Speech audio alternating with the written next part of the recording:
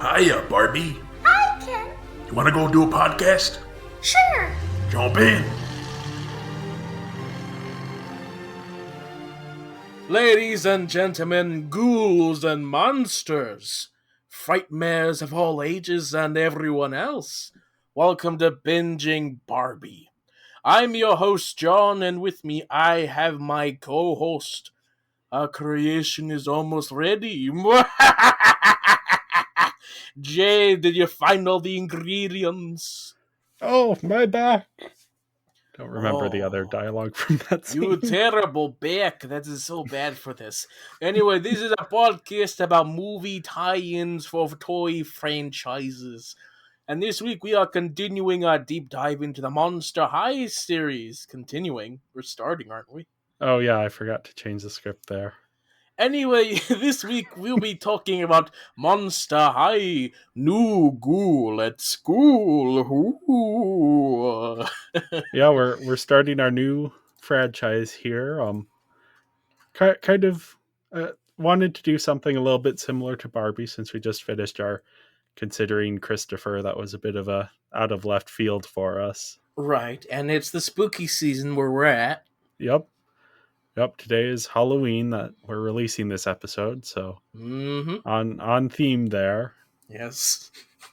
Yeah, this is something I've been curious to dive into for a while. As anyone who's listened to the podcast for a while knows, I'm fascinated by monsters and evil layers and that kind of stuff. So, I was curious to see what does the toy version of that look like. This is essentially What If Barbie but monsters. And also gothic. Yes. Hot topic. Yes, very very much, which is actually something to we can dive into some of the Monster High context here. So it was sort of created by twin brothers Garrett and Darren Sander. And Garrett was a packing designer at Mattel who noticed that a lot of young girls seemed to be interested in goth aesthetics and Hot Topic, as you were saying, and that kind of, this is the mid 2000s, so you could imagine that this is around the time Twilight is becoming big as well. Mm-hmm. Yeah, they also product tested with they took a Barbie doll and just put random attachments to it to make it look spooky and showed it to kids. I don't know what the proper term is. It's product testing. Playtesting, that's what it is. Playtesting and market research. Yeah. And from there we started getting into the doll and Mattel was pretty chill with it for the most part. Yeah, Mattel trademarked the name Monster High in 2007 and began work on a line of dolls inspired by different monsters and folk tales. The original lineup actually ties in very closely to the classic Universal monster movies, Dracula and Frankenstein and Creature from the Black Lagoon, those sort of Bride of Frankenstein as well with the hair. Sure, yeah. But also taking inspiration from Tim Burton and Lady Gaga and all of these different sort of alternative, this is around the time you're also seeing more competition for Mattel and this idea of, oh, Barbie is the old and traditional, and so they were looking for something a little bit more outside the box here, to especially focusing on a slightly older audience than the Barbie audience. So Yeah. more the tweens and maybe a little bit younger than tweens, but especially diving into an aesthetic which at this time wasn't as popularly utilized in marketing. Our hot topic goth genre, if you would. Yeah, and Mattel launched the doll line in 2010 along with a bunch of different media tie-ins. This included a book by Lissy Harrison, which actually my sister has read. I borrowed the audiobook from the library that I'd been listening to it, and it is interesting. I'm not particularly enjoying it, but I'm also not the target audience for it. I'm sure, yeah. And then also they created this web series, and a sort of short little 22-minute film introducing some of the characters. And different episodes from that web series and this little short episode have been compiled together into what is considered the first Monster High movie, which is Monster High New Ghoul at School. Yes. Although at some point I believe they aired this on TV. I don't Yeah. remember this. I don't remember the specifics, but I remember watching this first episode on TV. Oh, Uh, I don't. Yeah, back when Monster High was brand new. I don't remember if it was they aired the full 20-minute thing, or they released it in like 5-minute things in between shows or something. okay. Um, but yeah, I do remember just this first story. This was the only one I'd seen, I think, or I could be wrong. Who knows? It's been over 10 years. Uh, but yeah, I definitely remember watching the first one maybe once, maybe a couple times when it first came Okay. out on Neat. television. So yeah, I was around for Monster High from the very beginning. I remember it being very popular, seeing it all around. Yeah. I am curious to kind of hear, because I didn't have any sort of relationship with Monster High growing up beyond just kind of knowing the dolls were a thing. Hmm. Um, but since then, I as I was saying, I'm very into sort of the everything about this. I find very interesting. The Barbie by way of monsters, or Yes. monsters by way of Barbie, or whatever. But yeah, it's definitely interesting to, and it makes sense for this era that this was popular. Hmm. Um, it definitely fit the sensibilities of the time. Yeah, and like Monster High is a little bit iconic. If you just the logo of Monster High is iconic for sure. The Yeah, skull with the flower, I see that. I saw that everywhere on just merchandise. Like even yeah, unrelated to the characters, I saw that. It's like Monster High, yes. And what I was trying to say earlier is that Monster High also became a criticism in some animation where they'll have character designs that are just like, oh, they want to have these gothic looking monsters, and so we'd say that's like, oh, what the heck is with this Monster High looking thing they got going on, and we use it as a criticism, even though it wasn't terrible, but it's like, oh, it's just reminded us of a this storyline, which I guess wasn't 100% loved, or I mean, it was definitely controversial, I think, from oh, it multiple definitely angles. was, yeah. There was sort of the predictable pearl clutching about, they're monsters, how could you, which kind of misses, I mean, the whole point of the line and of the franchise, besides making money, is this idea of embracing difference and celebrating difference, and people who are sort of at the margins finally getting their chance to sort of Ew, the goth trend. exactly.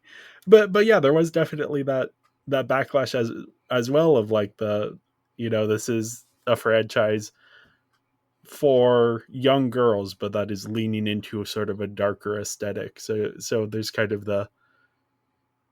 the horror fans who are like, no, you're encroaching on our space and making it all Barbie ish. Sure.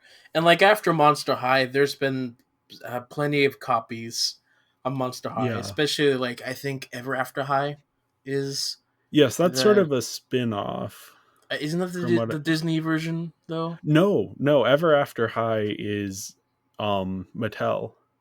Okay. Well, The Descendants is the closest thing to the Monster High that Disney has, which is the kids of all of the villains of Disney movies. okay. Well, sure. Yes. And yeah, there were like a line of Bratz dolls that were inspired by ripping off the Monster High dolls. I mean, I was there early on, and then I just didn't pay any attention to it at all. And Now we're here. now we're here. I did do a little bit of research, Okay. just going over the different years, Yeah.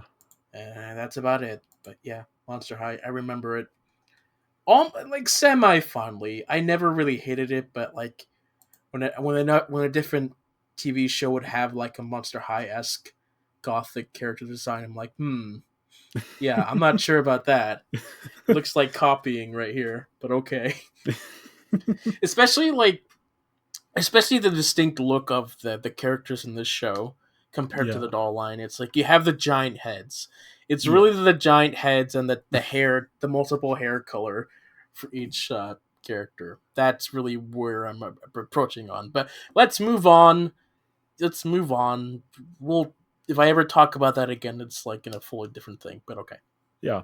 So yeah, New Ghoul at School. This is released over the course of a while, but the main episode that sort of they're doing here was released on October 30, 2010.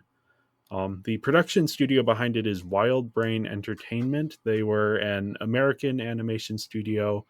They worked on the short film Hubert's Brain, that's pretty well known, but then also did a lot of shows, usually for kids, things like Yo Gabba Gabba and Higglytown Heroes. Did you watch Higglytown Heroes? I don't know if I did. I don't think so. I watched enough to have fragments of the theme song stuck in my head. Um, Maybe once. Maybe once at they're one like, random point. I didn't really have cable. I only had it for like a couple years at one point, and yeah, so if I did watch it, it would have been once or when I visited a friend. For me as a kid, cable was just like a paperclip that I stuck into the TV and got some signals. yeah. We didn't have cable, but my grandparents did. So Right. Yes. that's where we would watch Higglytown Heroes and Little Einstein and that I kind of stuff. Yeah, like one weekend I'm like, oh yes, I'll watch whatever is on Disney Junior because I was awake that earlier. Yeah. That was about it. Oh yeah. Anyway, Wild Brain Entertainment are behind this show, and this is directed by Adu Padan. I don't know if I'm pronouncing that correctly, and Eric Randomsky. Um, Adu Padan is an animation director and producer who actually has like a really good beard. If you want to Google him, but he worked on a bunch of the Monster High films, sort of in like an executive producer and sometimes as a writer as well or director. He's probably most well known though for being the series director on the Animaniacs, the original show, and then also the 2003 animated Spider-Man show. He did producing and I believe writing work on that as well. Okay. And then Randomsky is also an animation producer and director. He directed episodes of Batman the Animated Series. He's one of the credited directors on Batman Mask of the Phantasm. And he also did the Avengers Assemble show and a bunch of superhero shows. You see, that's an impressive credit, but like I don't get any of that from watching what we saw.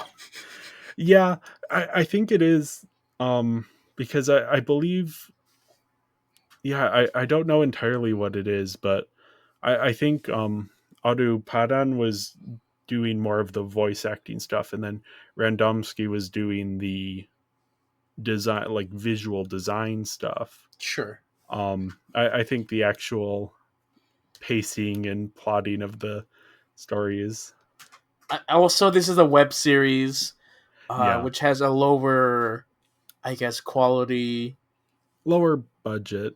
lower budget. Like they don't have the budget to have like television quality. Like Yeah. they can almost be there, but they're not quite. It's just good enough for a web series. Yep. And this is written by Ann D. Bernstein, Adu Padan, Lauren Rose, and Ira Singerman. I believe that's just for the episode, which is a lot of writers for a 22-minute thing. Uh huh. But a lot of great credits here as well. Bernstein is a TV writer most known for her work on Daria. Um, Rose is a writer and production manager who worked on most of the Monster High movies and the Ever After High movies, and also a lot of the more recent Barbie movies as a production manager.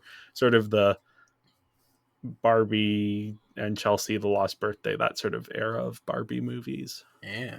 And then Singerman is a writer and producer who has mainly worked on Monsters High, Ever After High, and the Max Steel franchise as well. Max So, Steel. so yeah, a lot of people who are in this sort of the Mattel world with these different Right. franchises here. We have art direction by the director Eric Randomski and music by Steven Argula, who composed music for quite a few of these Monster High movies, and Max Steel as well. And we talked about him actually on the Barbie and her sisters in a puppy chase episode because he did the soundtrack for that as well. Right. Well, okay. I guess, should we get into the plot, I guess? Yeah. All right. Let's do this. Let's have fun with this one. Okay. Frankie Stein is a 16-day-old monster attending her first day at Monster High. She is anxious to make friends and fit in. Frankie tries out to be a fear leader and impresses popular girl Cleo Denial. Despite the performance mishap, Cleo agrees to do a more in-depth interview. Two of the other fear leaders, Dracula and Claudine Wolfe, prep Frankie for the interview, emphasizing the need to talk about the boys. In the halls, Frankie runs into Deuce Gorgon and develops a crush on him. Later in the day, Cleo interviews Frankie and asks if she has a boyfriend. Frankie lies and says she is dating Deuce, unaware that Cleo and Deuce are already dating. Heartbroken and irate, Cleo storms off. Frankie gets some advice from Laguna Blue, a sea monster who tells her she needs to be her true self. Having learned her lesson, Frankie gets together with Cleo and Deuce and apologizes for lying. She also calls in a favor and brings pop star Justin Bieber to perform at the school. And Cleo allows Frankie to join the fear-leading squad.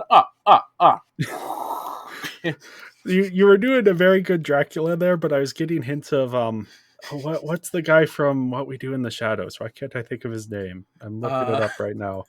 Which one? Nandor. Nandor. Yeah, you had the ends of your words were very Nandor-y. Guillermo. No, I can't do it. We'll have to practice that one.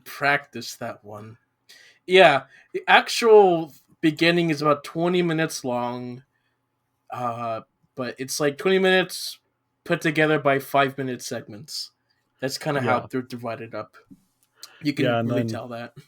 And then, the rest of it is just these episodes that have been pulled from the web series somewhat haphazardly. I think they were trying to do a best of, but if that's the best of the series, then I don't have much confidence in how good the series is. But yeah, I mean, like we did the plot summary there, that is pretty much the entirety of the plot.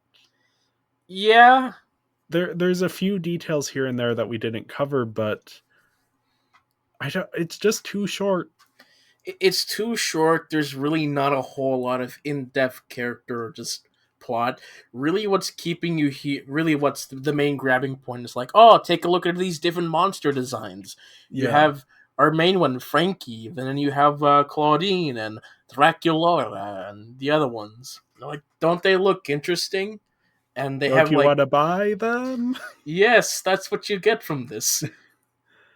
Yeah, there's not too much care put into an in-depth story like you would have with a Barbie show.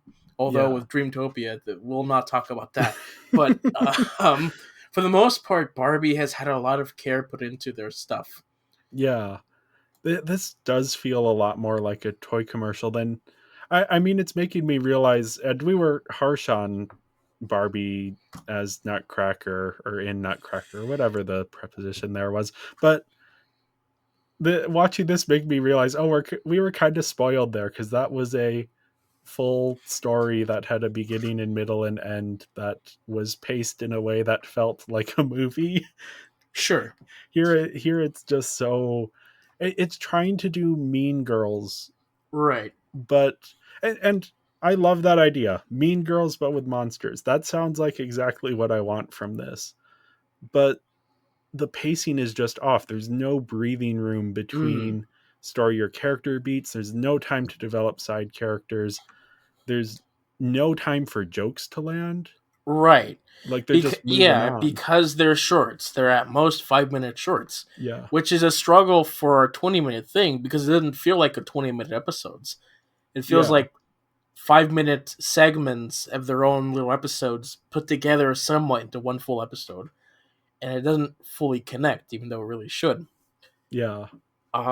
Which is it's a consistent issue with any toy line thing that's 5 minutes long. I think we were definitely blessed with Life in the Dream House because they weren't trying to be a whatever it is what they were doing. Yeah. Um, They weren't trying to launch a product. yes, and so yeah, I just it doesn't feel like they were given enough to work with here, and so they did what they could. And they did something, and Yeah. I guess it worked for the younger audience at the time. Yeah, it is a shame because the writing here is actually pretty decent from Sure. a it's a fun concept. There's the story beats themselves work. And there's actually a lot of good jokes and puns sort of scattered in there, but again, there's not enough time for any of these things to land. No, They're there's just not. moving on from plot beat to plot beat, from joke to joke. It's just there's no space, and then there's like extended scenes that are just music numbers that don't need to be there and are just kind of taking up time. And yeah, I think you pointing out, I missed that it was sort of the 5 minute segments since I didn't watch it that way originally. I didn't watch it on TV. I just watched the digital version. Um, Yeah, and so yeah, I can see how, like, with commercial breaks, then you get more of the sense of the rhythm of it, but still, there's not enough story there, not enough space for it. hmm which has been for me my criticism with the most recent edition of My Little Pony, in that Okay. they don't have like a full series like we did with the last generation, but here we have mostly our 5-minute episodes that they released on YouTube. That's like their main go to thing. And sure, they have some Netflix stuff, but that's just again nothing for Yeah, me. it's. I wonder if it has to do with this idea that kids have shorter attention spans, Definitely. which, I mean, that is true to a certain extent, but kids will sit down and watch something from beginning hmm to end. Right. Um, so I think it's just kind of like unfortunate that I can imagine a version of this that is more expanded and actually does what if it was Mean Girls with monsters? You could do a lot with that if you did, rather than, because in addition to this, the first sort of webisodes, they release like 15 of them. So if you combine the runtime of all of that, you get like 44, 45 minutes. Yeah. You could just have that be its own, do a 44-minute short thing that just introduces all of the characters, has this plot, has these character arcs that introduce this whole line, rather than a whole bunch of 1 to 3 minute segments and then this longer thing that isn't long enough but is too Yeah. long for the. Well, it's also probably a sign of Monster High at this time was not a proven brand like Yeah. Barbie was. Barbie had been around for a couple decades. Monster High, it's brand new. They're probably not going to put their full effort into it. Yeah. Just enough to get it out there and get people to see it. And I could somewhat tell in the production value of the shorts. Like as each short went on, I can tell that probably there was more budget put into some of them Okay. than what we got from the very beginning. Because the very Yeah. beginning was really rough for me. Okay. Yeah, I was curious because you're more familiar with that animation style than I am, which we'll Yeah. talk about when we get to the visuals. But hmm yeah, as for the shorts themselves, I think they're very hit or miss. There were a couple of fun ones. Most of them I don't even remember. I watched this a couple days ago, and they're just, I can't remember any. But like top two best and the top two worst? I don't remember a whole lot. I just watched them too. And it probably would help if I watched everything in chronological order, but Yeah. because they just took a bunch of random shorts and put it in this thing to make it a DVD, I guess it just Yeah. was something. It doesn't quite work as a cohesive, because yeah, it's just they're plucking different random episodes from different times. Um, there were some fun ones. I really liked the gingerbread one, where Frankie is making this. We don't know that it's a gingerbread man, but and it's a parody of the 1931 Frankenstein, which has of course been parodied over and over again throughout pop culture. Everyone knows it's the mad scientist in the lab with all of the chemicals and the test tubes and the Yes. pipes, and then there's the lightning and the you have to raise it to the ceiling. And Bring it to me, Igor. yeah, no, it's exactly that. I was just recently watching Tim Burton's Frankenweenie. That's the scene is in that as well. So since it's a parody of something that is so iconic, I think it just works because you're putting these characters in and you're able to see, okay, here's how we understand what's going on here. Like the twist is obviously, oh, they're making a gingerbread man, but we understand in general what it's referencing. So we're getting to see, okay, how are these characters different from what we've already seen? Sure. Yeah. And I maybe they do this in other episodes. I would love to see that kind of thing throughout these films of like more directly parodying sort of these classic horror tropes. Right. Yeah. And then I also like the deep end one where Frankie loses, I think, Draculaura's Netflix in the deep end of Netflix. Did I say Netflix? Yes. Necklace in the deep end of this pool, and has to dive in with Laguna to get it back. And I see deep sea horror as one of my favorite things, so I mean, sure. that Yeah. was kind of fun. But yeah, the rest of them are kind of mediocre. A lot of them lack sort of they're the idea is each one has its own like little central gag that the rest of it is built around. Right. And a lot of them just aren't funny enough even for a minute or two or three. I think the Breakfast Club parody was one of the worst examples of this, where everyone's been pulled into detention by this teacher who's interrogating them about all of the bad things. Who did this? You're the one responsible. And, none of them are, they're all confessing to something, but it isn't the thing that he's got them there for. That's like, who took my glasses? Oh, they're on top of his head. Like, Zing. yeah, there's just not enough there. The joke doesn't work. Yeah. And then the other ones that I think are just don't have the time to develop the ideas that they're going into. We have the episode with Finnegan, who's a character in a wheelchair, and they're doing an interesting thing. They're sort of trying to do that plot line where the character who has a disability is proven to be like, oh no, they shouldn't be. The main characters are trying to hold them back for their safety, and it's like, no, let this person decide what they are able to do and what they aren't able to do, which is a good message. It's just in 3 minutes it doesn't come across. It's too No. too complex an idea for a 3-minute thing. Yeah. Yeah. Like we'll see. Like once we get the movies going forward, just how much time they have to develop the Yeah, characters in general. So maybe, probably most likely, things will get better fleshed out over time.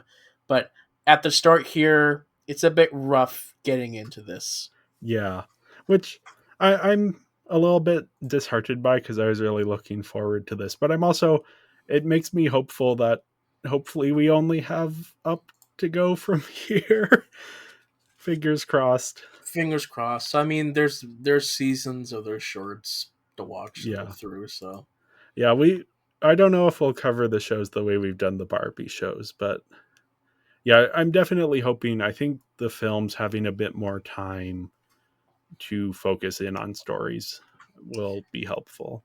yeah, So yeah, here I gave the story a 1.5 out of 5. so did I. I like maybe that's harmful, but Well, I don't think it's entirely the writer's fault. I think it's the length of it that's really yeah, holding it back. maybe the format too as well. Yeah, yeah, That's really the struggle. It's just like it's made to be these 5 minute things, but they want to do more, and they can't yeah. really do it, so they're stuck. Yeah, again, I like a lot of the ideas here and even a lot of the jokes, but Sure. there isn't enough space for it. Hmm. On to the characters, I think they encounter a similar problem. Um, Yeah, it's the main thing that's separating the characters is their designs and yeah, one character trait.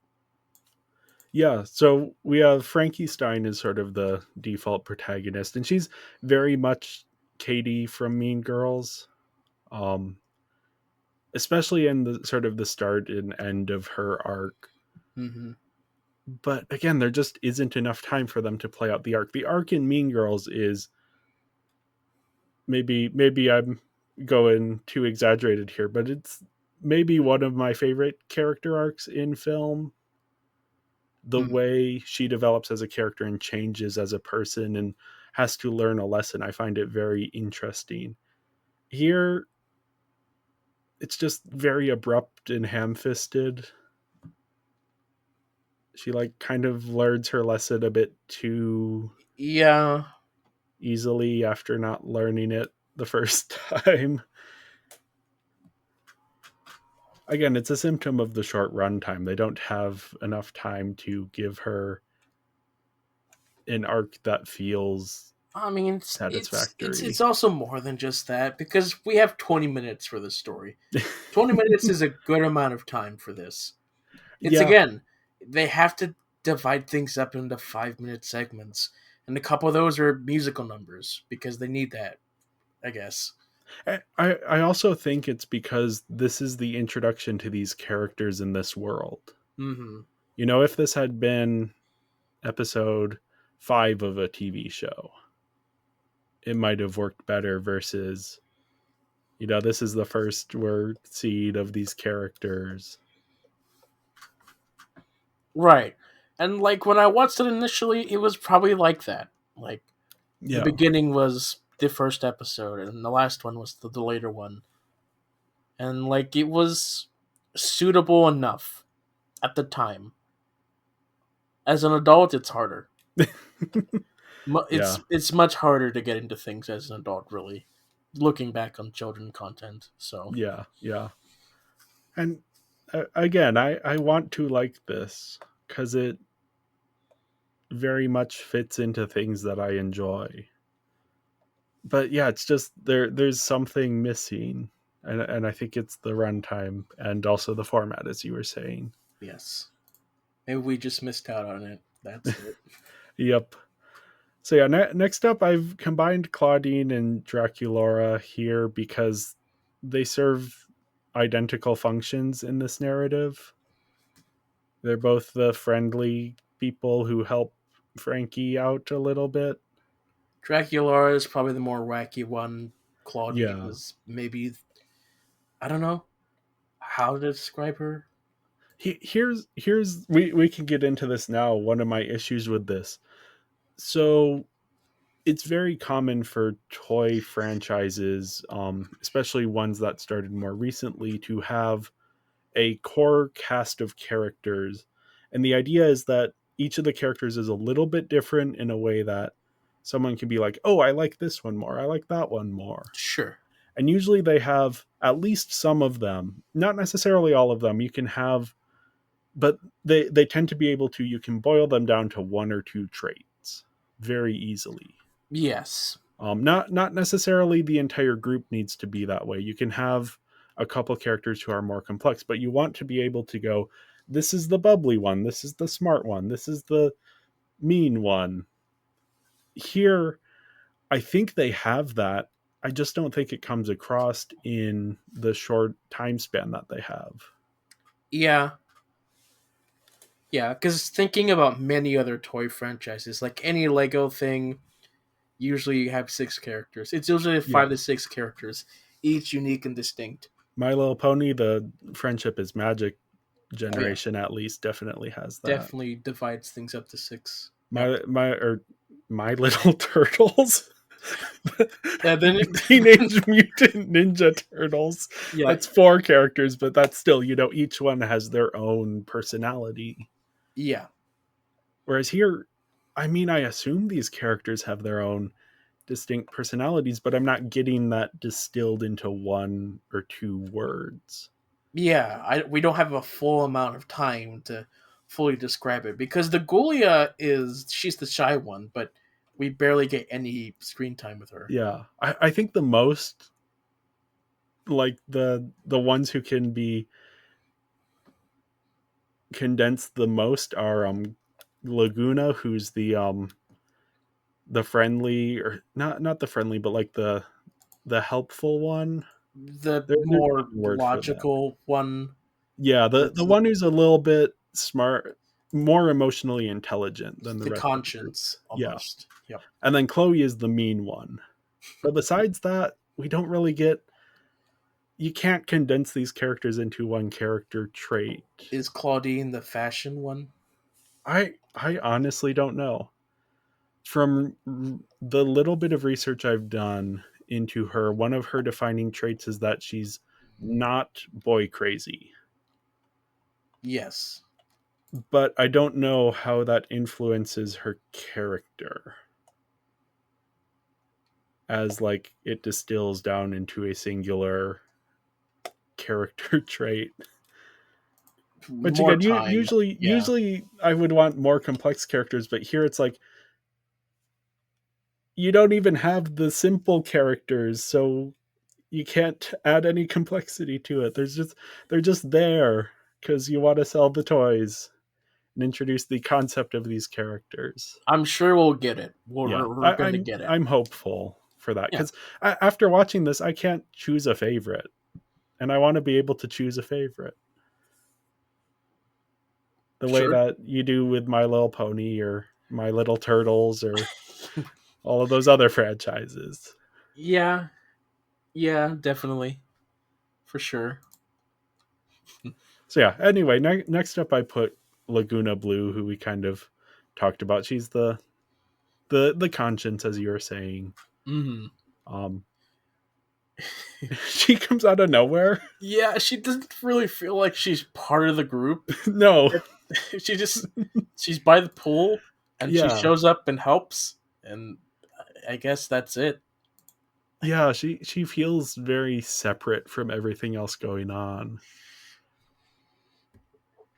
Which, yeah, if you sat me down after watching this and I didn't have any idea about this, and you asked me what are the core characters that are going to have dolls, I would not have guessed Laguna Blue, because she seems so removed from everything. Yeah.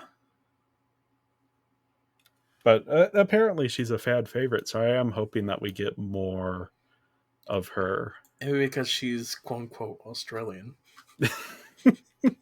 Her accent is interesting. It's I will enjoy our Yeah. voice acting because I do, but yes. Yeah, it's fun. It's Yes. not a issue that more than anything else in this. But yeah, Yeah. next up we have Chloe Denial. She's kind of the antagonist in Yeah, that Regina George way. sure. Yeah. She's definitely the second best developed character, which doesn't say much for how well developed these characters are, because she still falls a bit flat. She is more interesting than Claudine and Draculaura, but she's still, there's something missing there. Yeah, probably. Like this is also a character where I don't know how you walk away from this and go, "Oh, I want a Chloe doll." No. Because she just seems very mean. Usually, you want a little bit more than just the mean. Yeah, she's extra, I suppose. Extra Yeah, in the negative way. I wish there were some more obvious positive trait to assign to her based on this. Hmm. Like, is she ambitious or smart? She could be the smart one. That would be something. Right, but the smart one is actually Gulia Yelps, Yes. Who is which not one of the core dolls. and is not a water character, No. as in Michael Phelps. Uh, she doesn't speak in normal terms. Yeah, she doesn't speak English. She speaks whatever language ghouls speak. Yes, And and she she's an has the least interesting. amount of screen time, I think. Yeah. She's an interesting foil to Chloe or Cleo. Gonna be doing Cleo. that. No. Oh no, I missed what? Oh, whatever. I am known for messing up names, so we'll just chalk it up to that. Yeah, sure. But They're the same. she's very sort of she's filling that the role of like Portia in what's that, Princess Charm School. Yeah. Is she though? Kind of. It's the sidekick to the mean girl who you don't necessarily think would be the sidekick, but you kind of understand why. But I here, guess. Gulia is definitely more intelligent than Portia. Mm-hmm. Yeah, usually this character is a bit less intelligent, but or I guess sometimes because like there is definitely the smart kid who is aligned with the mean girl character Who's also a bit occasionally. shy, I guess.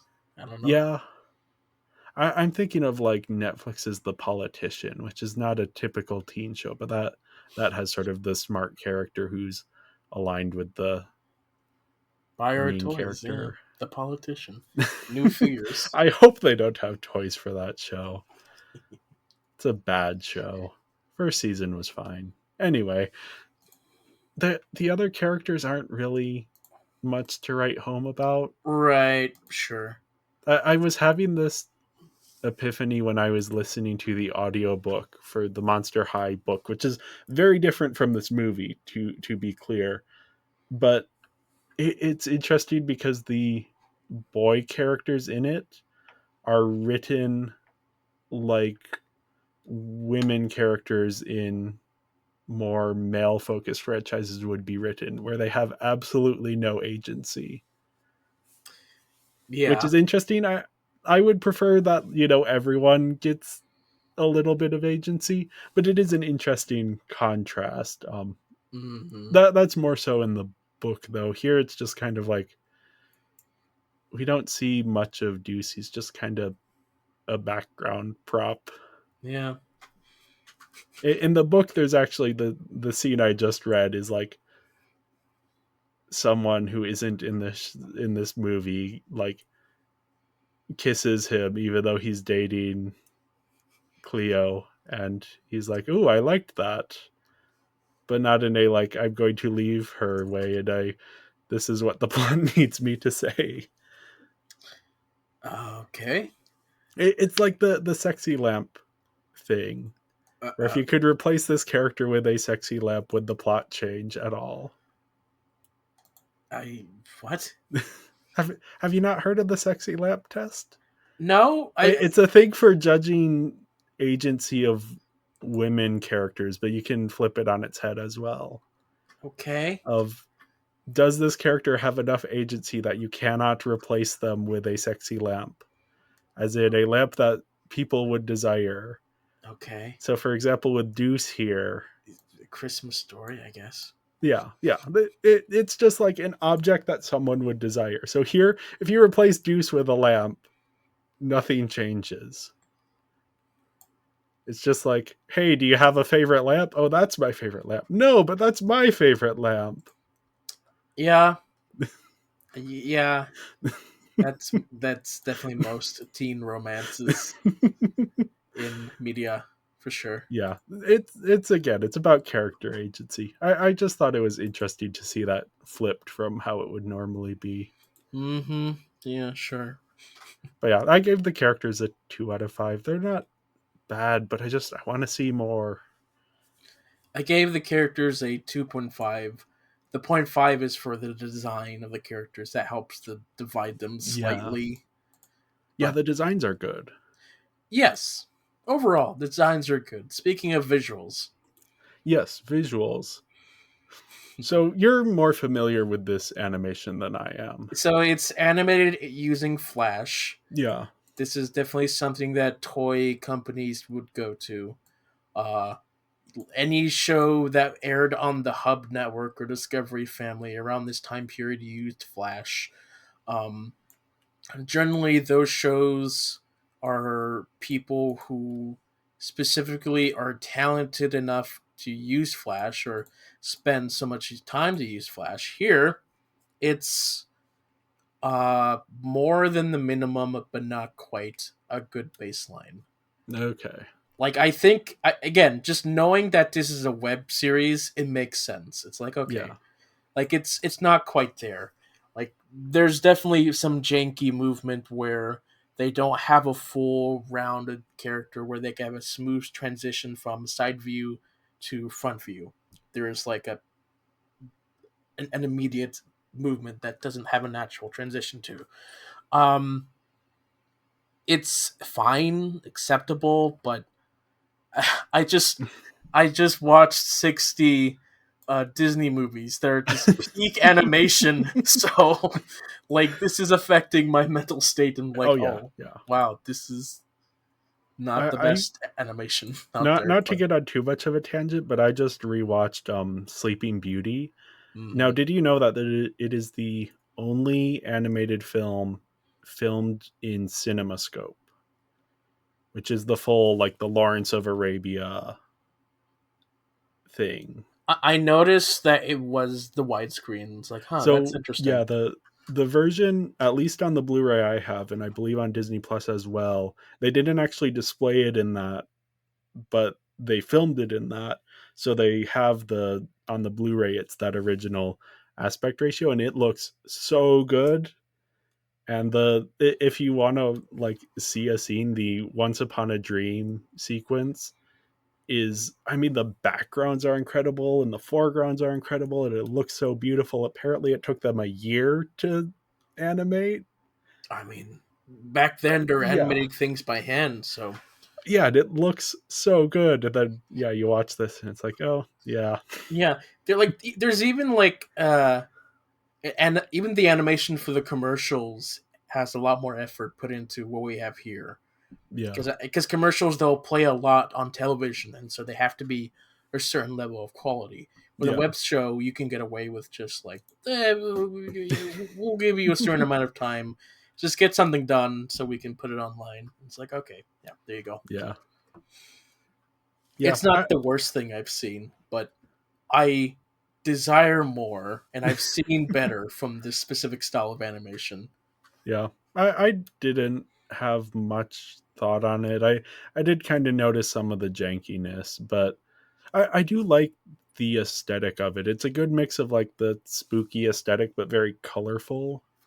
Very, Yeah, it's yeah. I just find that the spooky fun. aesthetic is fun. I don't really think they did enough to just give the high school like a character or a reason. Yeah, It's like the why are the we the high here? school's a little bland. It's like Hogwarts. They explain Hogwarts enough where it's like Hogwarts. Yes, Monster High, basic high school with monsters. They don't really delve deep into why it's important or not. I don't know. Yeah, Maybe they will, but yeah. I'm hoping they add more in the upcoming movies because I love magic schools, and I think you also like magic schools yes. or Just Princess Charm give us schools or that kind history. of Give yeah. us a history of this school. Like, what Schools for makes it Good and good? Evil. Yes, Yeah. something. I will say one thing I noticed, and it, because of the Barbie movies that very frequently didn't have that, there's a lot of background characters. Oh It yes. actually feels like a school Hmm. with how crowded the backgrounds are. They're mostly zombies, but yes, there's a Yeah. lot of background characters. And they are mostly zombies, but there is a variety in the Yes. types of monsters in the background Oh that, yeah.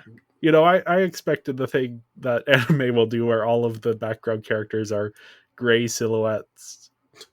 So seeing actual, like, oh, this looks like they put a little bit more effort into that than I would have expected. Yeah. No. Yeah. It's good for background, but Yeah. So I gave the animation a 3.5 out of 5. Oh, I should say I'm kind of re-centering my scoring here just because I think we were a bit too lenient on some of the later Barbie movies. I mean, yeah, Barbie we were very lenient on because our baseline was just Barbie. Yeah. We weren't really comparing it to anything else. So I don't really have a specific baseline for this yet. It's just Yeah. gut feeling.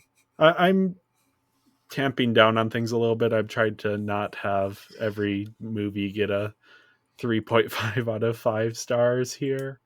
So I am my scores are going to be a little bit harsher here. That doesn't necessarily reflect my thoughts on these compared to the Barbie movies. I'm just being a little bit harsher with my rankings here. Hmm. And I gave the visuals a 2.5 because Yeah. I've already explained. I'm very familiar with this Yeah. aesthetic. And I definitely defer to you on that because you know what you're talking about more than I do. But onto the performances, do I we know what I'm have talking of about? some. Well, you know more than I do. Sure. We actually have some returning, or not returning voices, but people we're familiar with here, starting with Kate Higgins as Frankie Kate Stein, Higgins. aka Barbie from Life in the Dream House. Yes, there's actually quite a bit of just anime voice actors in this one. Yeah. Like, there's a few from Naruto here. You have her and Yuri Lorenthal and Troy Baker. Troy Baker was a surprise name in this. Yeah. Just knowing what he does today, like, it's like, oh yeah, back then he would probably do more of this kind of work, but like today, no, he No, wouldn't. yeah. I was surprised to see him on this list, yeah. But Kate Higgins, I mean, she's pretty well known. We didn't talk much about her in the Life in the Dream House, but she also played Taylor in Barbie Fairy Secret, Mm-hmm, who I mm-hmm. believe is the evil fairy's assistant. I don't remember entirely. Maybe I'm getting that wrong. Maybe it's one of the fairies. Anyway, doesn't really matter because she also played C2 in the dub of Code Geass. Oh, Did you was ever that watch her? that? Yeah. Yeah. Yes, I've seen Code Geass. What? Are I you don't know. seriously I don't have an asking? encyclopedia of how many anime you have seen. I don't know. I We've don't even know talked all of the ones plenty I've on seen. Code Geass. Like, you have watched any fight scene about Code Geass. I'm shocked. Wow. Okay. Okay. Alright. Yes. Yes, I know. I have seen Code Geass. Okay. That is good to I will keep that in mind next time I bring it up. We also I'm just gonna go through all of the voice actors here because we don't have that many and we're gonna be discussing a lot of them I also because think we're they missing some. yeah this is what I could find on IMDb. This is sort of the main cast. Mm-hmm. But I just want to, since these people will be playing these characters for multiple films going forward, I did kind of want to go through them. We have Sally Safoiti playing Claudine Wolfe and Cleo Denial. Um, she's an actor and voice actor who has a bunch of credits. All of these people have a bunch of credits. The one that stood out to me is that she played Annie Leibovitz in Zack Snyder's Watchmen as like a blink and you'll miss it Okay. background of a scene, probably in the opening credits. We have Debbie Derryberry as Draculaura, who iconic voice actor. She's done a whole bunch of voices that you would recognize. She played Jimmy Neutron. She played the aliens in Toy Story. I recognize her as Coco Bandicoot from the Crash Bandicoot games. I play a lot of Crash Team Racing, so and every time she drives past someone, she'll say some line. So yeah, we have Laura Bailey, who did I not write anything for her? She is very prolific. She's done a lot of Yeah. stuff as well. I think one thing that she's definitely known for is Catwoman from the Telltale games. Okay. And there's other stuff it's hard to find because she's done a lot. Yeah. She does And I Lego believe games, some Star Wars stuff. we might have talked about her for one of the Barbie movies because I recognize her name. Yeah, maybe we did. Though she's also big enough that I might just recognize that name from She was in A elsewhere. Fairy Secret as well. Okay. But like she does a lot of video games and anime, so she gets around. Yeah. Then we have Yuri Lowenthal as Yeah. Deuce Gorgon and Heath Burns. Probably best known for being Peter Parker in the PS4 Spider-Man game and also Ben 10. He's Ben 10, also Sasuke from Naruto. He's Okay.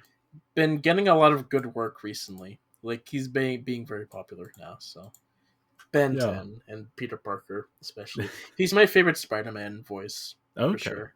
I don't know that I've heard him as Spider-Man. I may have to look that up. Mhm. We have Adu Padan, the director of this film, as Nice. Gulia Yelps. Also, Slomo Mortovich. Is that that's the That's the that zombie. must be the other ghoul. Yeah. Then we mentioned Troy Baker playing Mr. Lou Czar. Is that the Ha teacher? ha.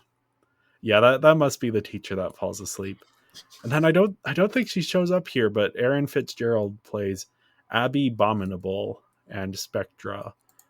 They show up in the shorts, like Yeah, for like not one small in segment. not in the episode proper. No, I don't think And so. she's another big name voice actor that I recognize. Mm-hmm. Not her voice, but her name. Yeah, just looking at the cast name, it's so bizarre. Just seeing all these big name talent in this thing. Yeah, sort of before they became who they are today. I mean, To some extent. To some extent, before they're as widely known, because definitely voice actors are more beloved today than they were 10, 20 years ago. Yeah, and I'd say everyone here is solid, though I don't think anyone stands out.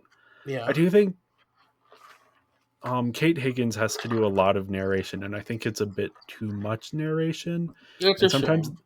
there isn't always a distinction between when she's narrating and when she's talking. But I think part of that is also the editing. They're moving too fast. There's not enough time to properly develop this stuff. Mm-hmm.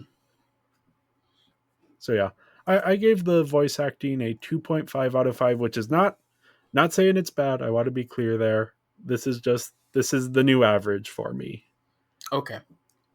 Since I give it a 3 because that's just average for me. I guess I'll bump it up to a 3 because I think that's a better average than a 2.5. Yeah. We'll do that. Probably. That's a bit nicer than a 2.5. It's nicer. Not as generous as a 3.5, which is what we were doing before. I mean, like, they don't have a whole lot to work with. Yeah. So they're doing a solid job with that. Now, last up we have the sound, which is mainly we're going to be talking about the music in this category, but music is fine. Some of it's not so great. The songs kind of vary in quality. I think the theme is kind of fun, but it definitely they play the theme in front of every short. So I skipped it, but it was still getting too repetitive by I the did end. not skip it, but yes. Oh no! I listened to the theme every short, Oh no! and that definitely affects my score. Yeah, I think beyond that though, the score in a lot of scenes is just way too intense. Yeah. It definitely feels like the composer was given, okay, we need a tense song for this scene, and so the composer put in a lot of extra work to be like, oh, let's make a really tense song, and then it's a scene in a classroom. It's just like, no, why is this doesn't fit? Yeah. And I feel kind of bad because it isn't, the composer is doing good music. It's just too much.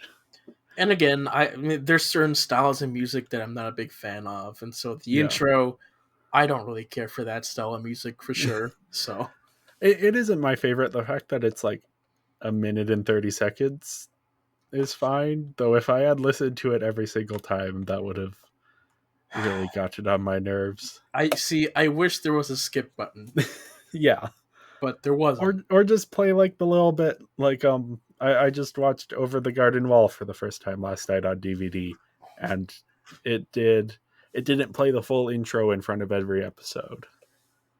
No. I don't know if it would for the regular show, but you don't need it because people aren't watching this 2 minutes at a time. So yeah, I gave the sound a 2.5 out of 5. So did I. Maybe that's a bit harsh, but Yeah, I just think there were didn't also care. just some leveling issues, Maybe. especially with the score in certain. Mhm. But yeah, that leaves my final score at a 12.5 out of 25, which is a 50% or a 2.5 on our 5-star scale. And I have a 12, which is a 48% or a 2.45 star rating. Yeah, again, not starting off on the best foot here for Monster High, but No. I'm crossing my fingers that the next one will be a little bit better. I mean, like, it gets popular, so maybe they put more budget after that. You'd Though think. the next one is 3D animated. Oh, yes. Okay. Yes. This is the only of the 2D animated ones. Oh, that's a bit So of a shame, but we'll see. yeah, We'll see. I'm crossing my fingers again. I would like for these to be fun. They just released their second live action one. Yeah. So that's, I guess we have live action as well. All right. So outro. Let me do some fun thing. Okay. Anyway, thank you everyone for listening. Make sure to follow us on social media. We're Binging Barbie Podcast on Instagram and Tumblr, Binging Barbie on Twitter and Serialized, and Binging Barbie Barbie Movie Podcast on Letterboxd. And if you enjoyed this episode, make sure to leave a 5-star review. We will be back later this week to go over our rankings. No, we won't. Yes, we will. We will? We will. We will be back later this week to go over our rankings for our Considering Christopher series. And next week we will return to Monster High to talk about Monster High Fright On. Oh! Until then, don't lose your foot trying out to be a fear leader. Bye, Barbie. Bye, Barbie.